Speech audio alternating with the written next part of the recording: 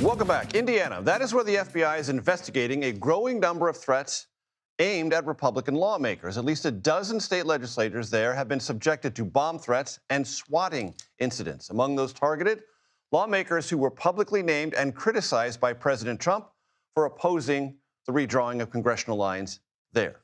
CBS News Justice correspondent Scott MacFarlane following the story, and you talked to one of them, Scott.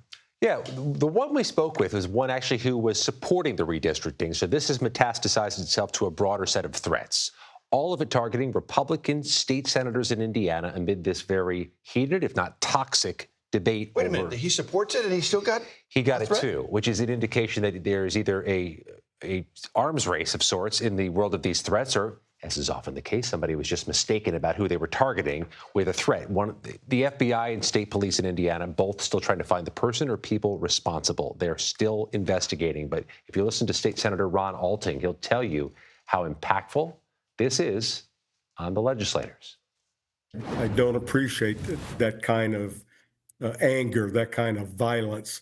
You know, we're a democracy. I think, honestly, I think it came out of state. I don't think it's coming from local Hoosiers. I think it's out of state individuals doing it. Hoosiers take a little bit more pride and a little bit more, down to earth, that we believe that if you don't believe in something someone is saying, you can go to the voter's box and vote them in, or you vote them out.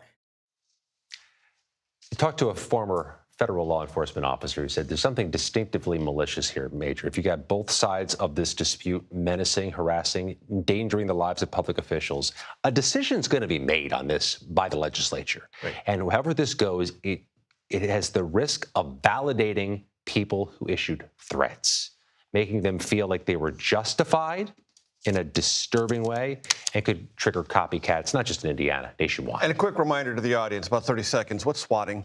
Swatting is when you target someone with an attack by calling the police, pretending there's an emergency at that target's home, draw the SWAT unit there, and hope maliciously that there's some type of face-off, maybe even firing of a gun. And law enforcement regards that as a threatening act in and of itself, and a dangerous act, and it can be prosecuted. Including against the officers, it's dangerous. It's a danger for the, it's right, so it's a danger for the victim and the residents, and law enforcement regards it as a danger to them because they're going into a situation that doesn't exist with unpredictable potential consequences. They don't know what happens next, that's right. Scott MacFarlane, as always, thank you very much.